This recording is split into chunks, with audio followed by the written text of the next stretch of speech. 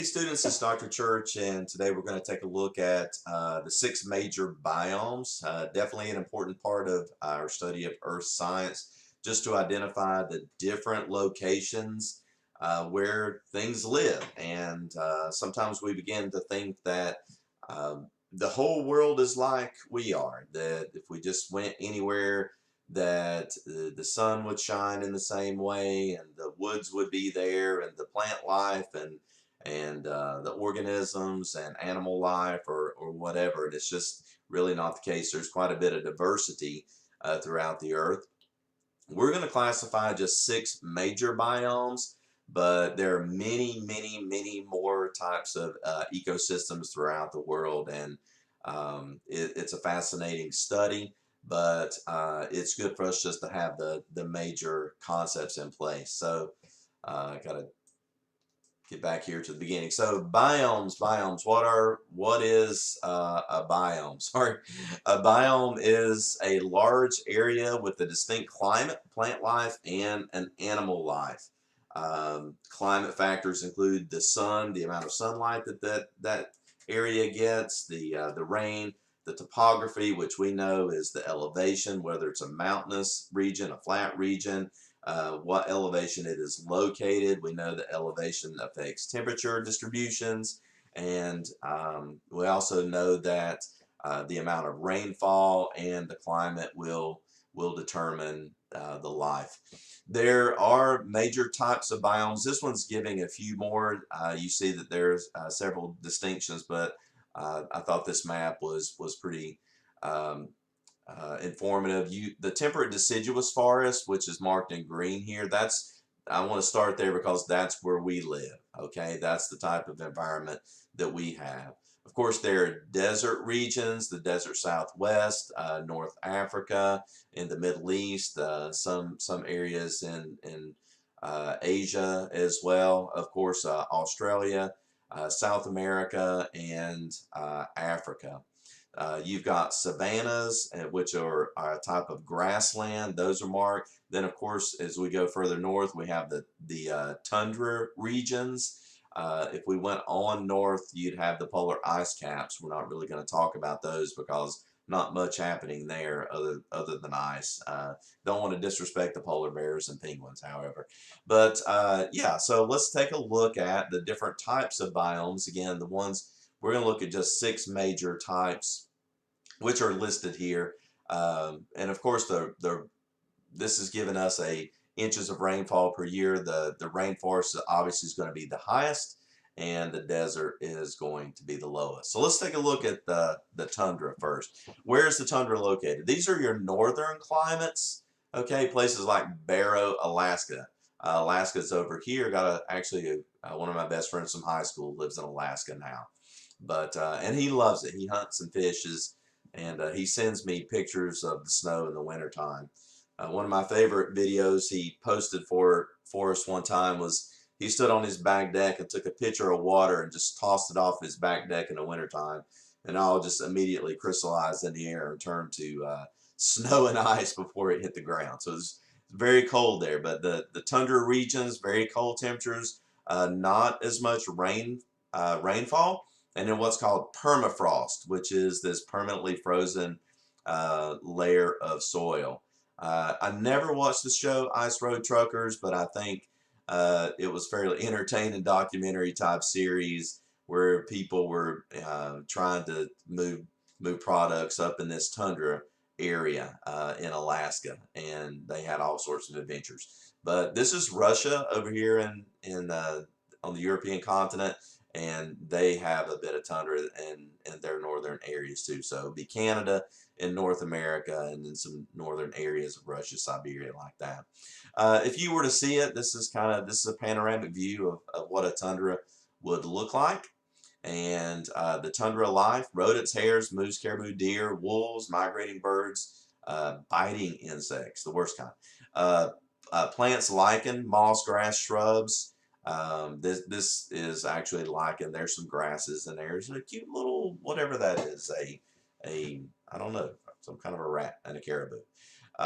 So beautiful areas, very beautiful, but not so hospitable. Not really where you would want to live. necessarily. Not the greatest place. Taiga, if we come a little further south, this is say AKA the coniferous forest. So the taiga regions dominated by sort of cone pine trees found in the northern latitudes and higher altitudes. Moose Factory, Canada is a little example of a taiga region. Again, in the northern Russian areas. Warm summers, but cold winters. More rainfall, average 15 to 30 inches. So a little more hospitable. Now as we come south, get closer to the equator, obviously a little more hospitable region, coniferous forest. You see those pine trees. Okay, that's very common there. As we come down from the altitudes, you know, then the climate will tend to moderate just a little bit. More rainfall, so you're going to get more animal and plant life. What are the animals then? Moose, caribou, black bear, porcupines, things we love to see on those beautiful Earth Planet documentaries. But the pine, evergreen, spruce, and fir trees. These are the trees that have the waxy coating, which prevents water loss. Because even though they do have a significant rainfall, it's not tremendously much. This is where you get your migratory and hibernating animals.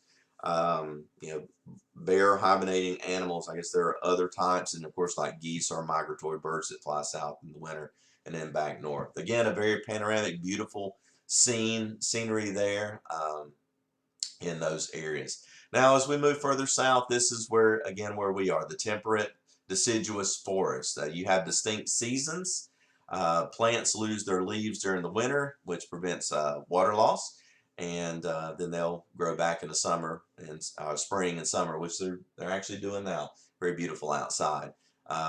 Western Europe here, and in some parts of Eastern Asia as well, and Japan. You can see that there. Parts of New Zealand, very beautiful temperate deciduous forest. Okay. Rainfall is going to go up 30 to 60 inches. There's a kind of a winter scene. The trees have shed their leaves. Deciduous life, so again, beautiful animal life, more diversified and very familiar probably to us. Little skunk. That same friend who lives in Alaska had a pet skunk when I was in high school. You can actually remove the scent glands, and they're a lot like having a cat, but they make people nervous because they do stink under normal conditions. Deer, squirrel, possums, birds. My wife and I have been taking walks recently, and there's some beautiful redbirds. Of course, our state bird, the cardinal, is in this area. Some coniferous trees, and then you've got maples and oaks and elms and all those beautiful hardwood trees. Honestly, this is my favorite type. This looks like the woods near my home where I grew up in Western North Carolina. And I love to go camping there still, and I love just spending time in the woods, deciduous forest. As we continue to move towards the equator, tropical rainforest. Again, you see these on those documentaries. It's near the equator, steady, warm, year-round temperatures, a lot of rainfall. Brazil, Manaus, Brazil, 60 to 160 inches a year. That, guys, that's a lot of rain. And this is the areas that have the greatest amount of biodiversity on the face of the planet. So that would be northern Brazil, Central Africa, some places in India there, and in Southeast Asia, the Philippines, Indonesia, places like that, Vietnam, Cambodia, Thailand, places of that nature that you've probably heard of. And again, you would see these lush green, very thick, almost a solid canopy on the top, a lot of rainfall, heavy rainfall. When we look at the rainforest layers, something I did want to point out to you, you've got different layers from the forest floor to what's called the understory, the canopy, and the emergent layer. Ground level has little vegetation because the sunlight just can't get through. It's so thick up top. The understory has then smaller trees and vines. The canopy, dense tree tops. A little more light start to come through, but not as much. And then the emergent layer, which is the tallest tree tops up there, they've got to be fairly wind resistant and heat tolerant, simply because of the temperatures in the tropical rainforest. There's a good picture of that. You can see again the lush vegetation, Very exotic life. Parrots, your insects, bats, sloth, monkeys, reptiles, lots of other things. Um, the gorillas live there, I suppose. Beautiful. Bromeliads offer micro habitat. So again, a lot of uh, aquatic life, and because of the high rainfall and the the amount of water that they have, you're going to have a lot of diverse organisms. Epiphytes these are plants that will actually grow in the air. They're not actually rooted into the ground. They can survive right on other plant life, and so that's something that's unique to the tropical rainforest. Grasslands. Um, Get close to the end here. Areas dominated by grasses, rich soils. Rain is unevenly distributed, so you'll get a lot of rain in some parts of the year and not much rain in other parts. But these are just your grasslands. There's your Midwest, the United States, and then of course more towards Central Europe and some Asia, a little bit in South America and Southern South Africa. And this is what you would see there. You kind of picture those rolling hills and the Central Plains, and you might have short or tall grasses there. You've got short grasses, mixed grasses, tall grasses, and that's really dependent on the type of rainfall and the climate that you would get in those areas. So again, very beautiful areas, a bit more hospitable. Diversity of life that can live within those grassy areas is pretty neat. Grizzly bears, sheep, antelope, rabbits, things that can graze. Plants get up to 2 meters high, so a lot of diversity, beautiful areas, and very interesting. So there's another picture of maybe a grassland. And then finally is the desert. These are going to be your dry areas, less than 10 inches of rain per year. So usually very hot or very cold. So you got Siberia, very cold temperatures, or North Africa, or the Southwest United States, or Central South America. And of course, Australia is very hot, and in Siberia will be very cold but very dry. So deserts are your dry areas. And again, you kind of seen these in pictures. You know, the cactus, which are uh, evolved to make sure that they can use and hold water for long periods of time, so they can withstand sort of really drought and dry conditions. Not much vegetation, kind of brown, but still very beautiful. Jackrabbits, burrowing animals, things that can get out of the sun.